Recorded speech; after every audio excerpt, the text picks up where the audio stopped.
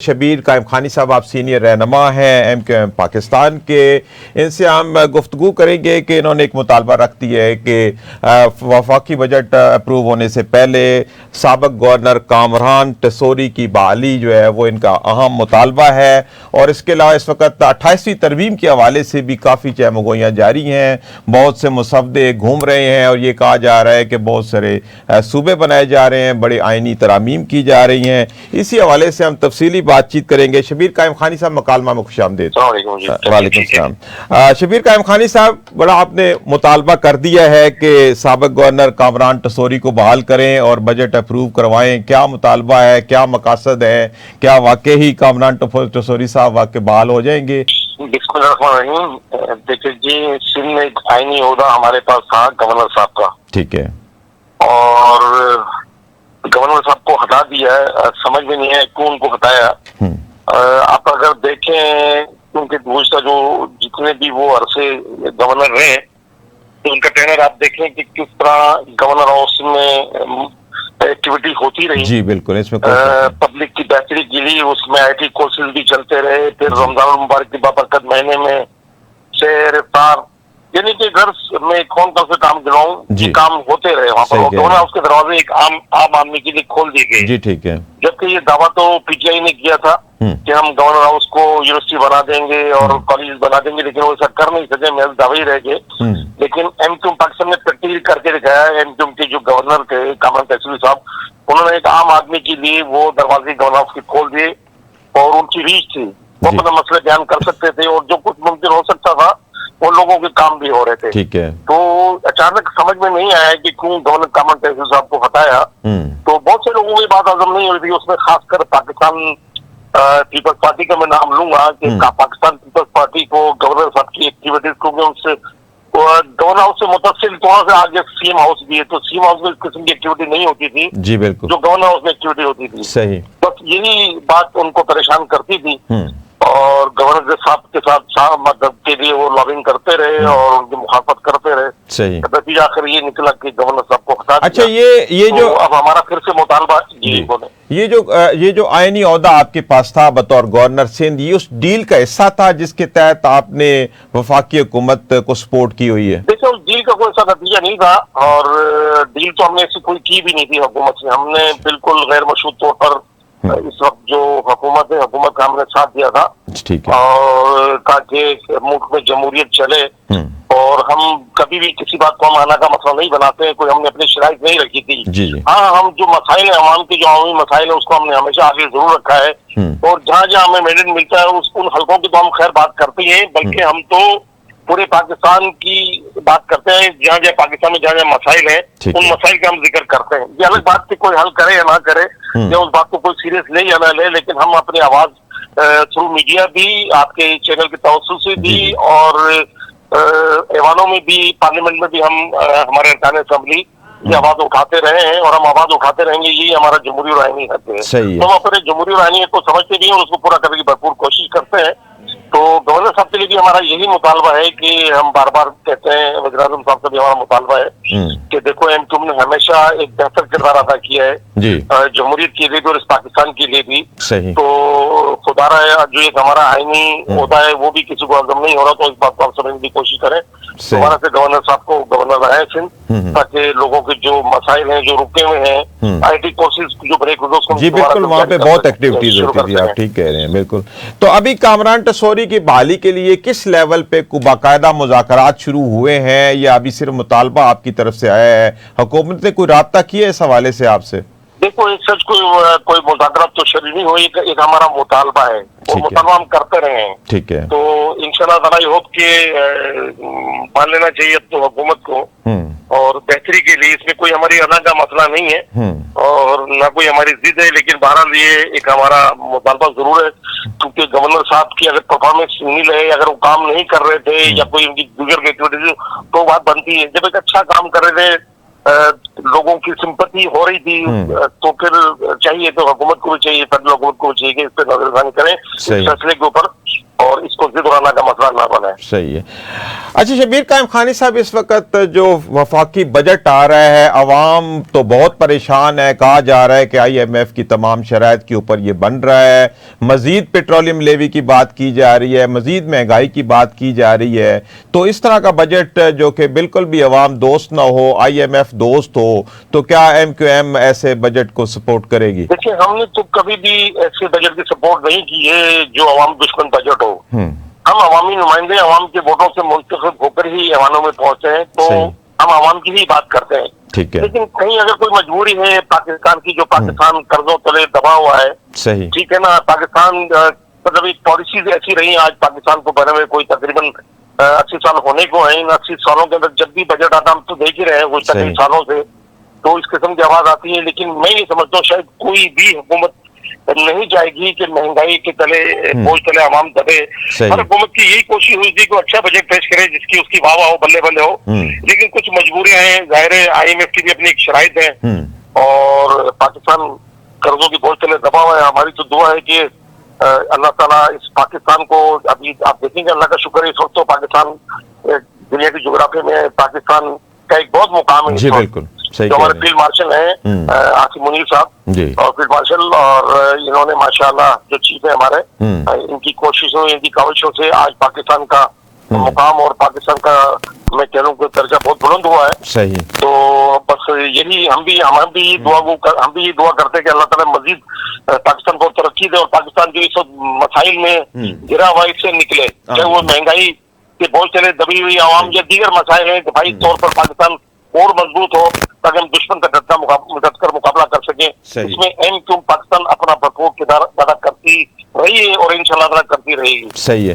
अच्छा शबीर कायम खानी साहब, ये पेट्रोलियम प्राइसेस के हवाले से क्या हुकूमत कुछ सोच रही है, या MQM इस हवाले से हुकूमत पे कोई दबाव डाल रही है कि चूंकि आपको पता है पेट्रोलियम प्राइसेस बढ़ती हैं तो पूरी महंगाई का एक तूफान आता है? क्या हुकूमत के पास कोई कुशन मौजूद है, कोई जरिया ऐसा हो सकता है आप उसको हुकूमत को प्रेशराइज कर सकते हैं कि आवाम की इस मुतालबे को पूरा किया जाए और पेट्रोल की प्राइस जो है वो वापस लाई जाए ताकि आवाम सुख का सांस ले सके? चूंकि जब से ये पेट्रोलियम की प्राइसेस बहुत ज्यादा बढ़ी है तो आवाम में सख्त बेचैनी पैदा हो रही है। तो क्या MQM अपने मुतालबात में कोई एक ऐसा मुतालबा भी रख रही है कि कहीं और से मैनेज करके आवाम को पेट्रोलियम के हवाले से रिलीफ दिया जाए?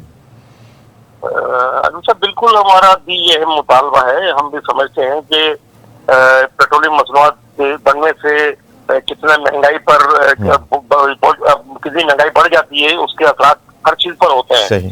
तो गरीब अवाम बल्कि हर आदमी इफेक्ट करता है उसके ऊपर।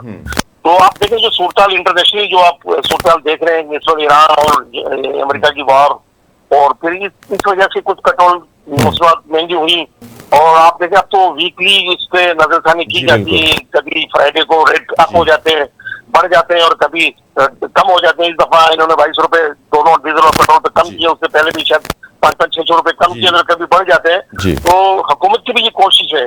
हम हुकूमत को मोरल इल्जाम नहीं ठहराते, बल्कि हम तो हुकूमत का साथ देने को तैयार है ना, लेकिन साथ साथ हम आवामी की भी बात करते हैं कि आवाम जो इस वक्त महंगाई की चक्कर में पिसी हुई है, लोगों का गुजारा बहुत मुश्किल है। इस वक्त महंगाई के अंदर लोग जहनी मरीज हो गए हैं। तो जाहिर है ये हुकूमत ने मिलकर तमाम जो स्टेक होल्डर है सबको बैठाकर इसका कोई हल निकाले, एज सून एज पॉसिबल, जितना जल्द हो सके इसका हल निकाले ताकि आवाम को इस महंगाई से निजात मिले। अच्छा शबीर कायम खानी साहब, आवाम का भी शदीद मुतालबा है और माहिरीन मईशत भी कहते हैं कि वक्त की अहम तरीन जरूरत है कि ईरान से पेट्रोलियम का को अरेंजमेंट किया जाए। गैस की पाइपलाइन मौजूद भी है जिसको आगे एक्सटेंड किया जा सकता है पाकिस्तान की तरफ। तो क्या ऐसे भी हुकूमत की तरफ से कोई इकदाम आपको नजर आ रहे हैं? कुछ ऐसा होने जा रहा है कि ईरान से कोई सस्ती पेट्रोलियम का अरेंजमेंट हो तो हमारी मईशत सुख का सांस ले सके? देखिए अनवर साहब, यकीनन जो हुकूमत कर रहे हैं, और हुकूमत खुद हमसे ज्यादा हुकूमत भी परेशान है, ऐसा नहीं कि हुकूमत परेशान नहीं है। आज इस हुकूमत गवर्नमेंट को बने तकरीबन कुल 2 साल 2.5 साल का अरसा हो चुका है, और मजीद हुकूमत भी ये चाहिए, वक्त तो गुजर ही जाता है और किए हुए काम याद आते हैं। तो हुकूमत की भी बेहतर कोशिश है कि किसी न किसी तरीके से इसका कोई मसले का हल निकाला जाए। तो जिस तरह आपने जिक्र किया कि जो पाइपलाइन ईरान से जो आ रही है उसके सिलसिले में, तो मैं ये समझता हूँ शायद हुकूमत गाफिल नहीं है। हुकूमत वो इकदाम कर रही है और हुकूमत करना चाह भी रही है जिससे अवाम के मसाइल हल हों। लेकिन सर इतने मसाइल हैं गो के अब हुकूमत के पास वो कोई हुकूमत का मैं कोई नुमाइंदा नहीं हूँ कि हुकूमत के पास कोई जादू की छड़ी या अलादीन का चिराग नहीं है कि ये मसाइल थोड़े हल कर दें। हुकूमत की यकीनन एक चैलेंज का सामना है, इस जो सिनेरियो जो चल रहा है उस पर हुकूमत भरपूर तरीके से कोशिश कर रही है उस तरह से उस बहरान से निकला जाए और आवाम को रिलीफ दिया जाए। सही। तो मैं समझता हूँ जो आने वाला बजट है और ये पहले से कयास आराइयां होती हैं, कबल वक्त ये पत्रे होते हैं, जी जी, लेकिन जब तक बजट आ नहीं जाता तो हम कुछ कह नहीं सकते। सही कह रहे हैं। तो मैं दुआ करता हूँ आपके चैनल के तवज्जुह से कि ऐसा बजट आए जो आवाम को, गरीब आवाम को काबिल कबूल हो, उसमें कोई बेहतरी आए और हुकूमत की भी नेकनामी हो और हम सब मिलकर हुकूमत के लिए बल्ले बल्ले करें। सही। अच्छा शबीर कायम खानी साहब, 28वीं तरमीम का भी बड़ा शोर है, तो क्या देख रहे हैं आप? बड़े बाखबर आदमी हैं, क्या होने जा रहा है 28वीं तरमीम में? क्या जो मुजवजा सूबे हैं वो बनने जा रहे हैं? क्या NFC अवार्ड में कोई तब्दीली वाक़या हो रही है? क्या होने जा रहा है? और आपकी एक वो मुतालबा बल्दियाती इदारों के हवाले से भी आपको तरमीम लाना चाह रहे हैं, क्या उसका भी कोई मतन शामिल होगा 28वीं तरमीम में? देखिए सच्चा ऐसी चीज हम सामने तो नहीं आई और बिल्कुल आप सही कह रहे हैं। पहले तो सुनने में ही आ रहा था कि ये बिफोर बजट से पहले 28वीं तरमीम आ जाएगी, लेकिन अब तो ये तय हो चुका कि ये 28वीं तरमीम बजट के बाद आ सकती है। और बात ये कि तरामीम तो इस मुल्क में आती रही और आती रहेंगी बेहतरी के लिए, लेकिन अब उसमें जिसने आपने जिक्र किया नए सूबों का कयाम आपने जिक्र किया, फिर NFC अवार्ड का आपने जिक्र किया, तो ये आपको पता है 18वीं जो तरमीम के 18वीं तरमीम के अंदर जो NFC अवार्ड, आपको सब सारा पता है कि NFC किस तरह सूबों को मजबूत किया गया था। अच्छा, हम MQ भी यही चाहती है और MQ का यही मुतालबा है कि आप इख्तियारात की निचली सतह तक मुंतकिल करें, जो कि दुनिया भर में ये निजाम है।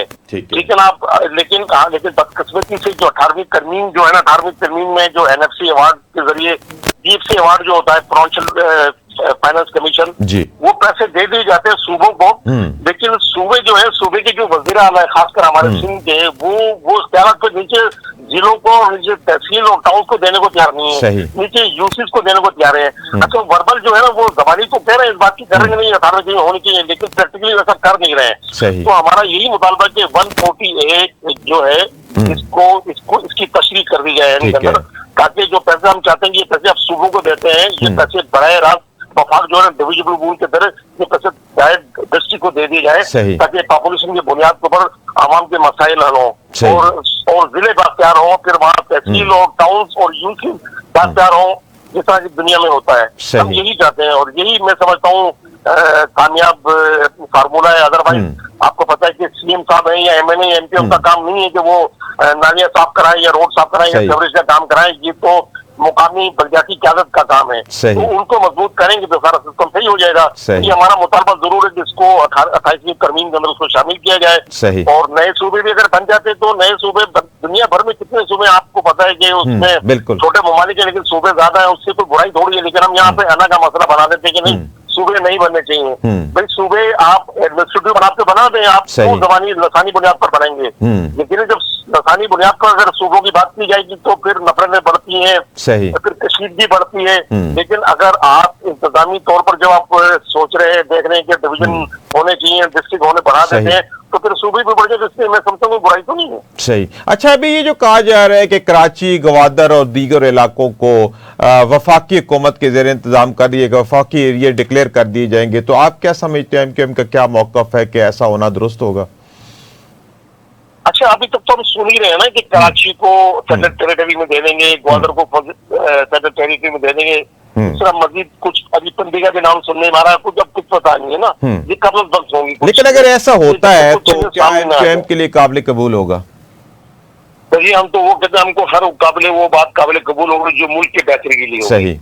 जिसमें मुल्क में रहने वाली आवाम का फायदा हो, जी बिल्कुल का फायदा हो, मुल्क की बुनियाद, मुल्क की जो जुग्राफी हदूद है उसका फायदा हो, वो काम हमें कबूल है और उसकी हम भरपूर हिमायत करते हैं। जहाँ मुल्क का नुकसान होगा, जहाँ आवाम का नुकसान होगा, उस काम में हम बिल्कुल शामिल नहीं हैं। ठीक है। अच्छा, इसके अलावा सेहत और तालीम के भी मरकज को वापसी की बात की जा रही है, तो आप क्या समझते हैं कि क्या सूबे सही परफॉर्म नहीं कर रहे सेहत और तालीम के शोबे में कि इसको वापस वफाक के जेर तमाम कर दिया जाए? असल में 18वीं तरमीम से पहले ये दोनों जो सब्जेक्ट आप बता रहे हैं ये सब फेडरल सब्जेक्ट है ना, लेकिन 18वीं तरमीम के बाद आपको पता है कि फिर ये इख्तियार सूबों को दे दिए गए और लेकिन जाहिर है जब इतना बड़ा कोई फैसला होने जा रहा है तो वो शायद परफॉर्मेंस नहीं है नजर आती। जिस तरह आप देख लें कि सिंध में भी आप देख लें कि पाकिस्तान पीपल्स पार्टी को कितने पैसे मिले, 18 सालों के अंदर 25,000 रुपए से ज्यादा इन्होंने पैसे लिए हैं। और लेकिन ये कराची में बात कराची की कर रहा हूँ, कराची में 12 लाख रुपए में नजर नहीं आते कि 12 अरब रुपए भी इन्होंने लगाए हों। सही। तो ये चीजें कराची आज बूंद बूंद को पानी को तरस रहा है, कितनी गर्मी है। इस गर्मी के अंदर वाटर टैंकर आपको पता है 15-15-20,000 के वाटर टैंकर मिलते हैं। ये वाटर टैंकर किसी शहर में हमें दौड़ते हुए नजर नहीं आते, सिर्फ कराची में क्यों नजर आते हैं? कराची जो कि समुद्र के किनारे आबाद है, इसके बावजूद भी कराची के लोग प्यासे हैं गर्मी के अंदर। ये तो हुकूमत वक्त की जिम्मेदारी जो 18 साल से हुकूमत कर रही है कि K4 का मंसूबा अब तक क्यों नहीं होना, इन्होंने किया।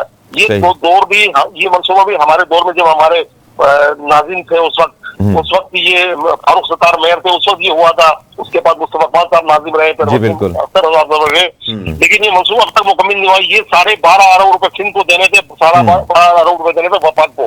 उस वक्त इसकी मालियत जो कास्ट आ रही थी 25 अरब रुपए आ रही थी, जो आज बढ़कर 168 अरब रुपए हो गई है। अल्लाह करेगा आप ये हो जाएगा इंशाल्लाह। उम्मीद है हमें कि वो दिसंबर तक कंप्लीट हो जाए, लेकिन बहरहाल पाकिस्तान पीपल्स पार्टी ने देना भी इसको खर्च नहीं किया। सही सही जी, बहुत शुक्रिया शबीर कायम खानी साहब, आपने वक्त निकाला और प्रोग्राम में शामिल हुए। शबीर कायम खानी साहब बता रहे थे कि हमारा मुतालबा है कि हमारे जो एक आइनी हमें ओहदा दिया हुआ था कामरान टेसोरी की सूरत में बतौर गवर्नर, उसको बहाल किया जाए। और हमारा मुतालबा है कि इस बजट में हम उसी सूरत में ही बजट की पास होने में शामिल हो सकते हैं कि हमारा गवर्नर हमें वापस दिया जाए। इसके अलावा शबीर कायम खानी साहब बता रहे थे कि 28वीं तरमीम के हवाले से कुछ चीज़ें जो है ख़ास तौर पर बल्दियाती इदारों के हवाले से हम उससे मुतफिक है। काफ़ी चीज़ें हैं, उनका कहना है कि हम हर उस चीज़ के लिए मुतफिक है जो कि पाकिस्तान के हक़ में है, हम उसके हक़ में वोट देने के लिए भी तैयार है, उसके हक़ में भी है।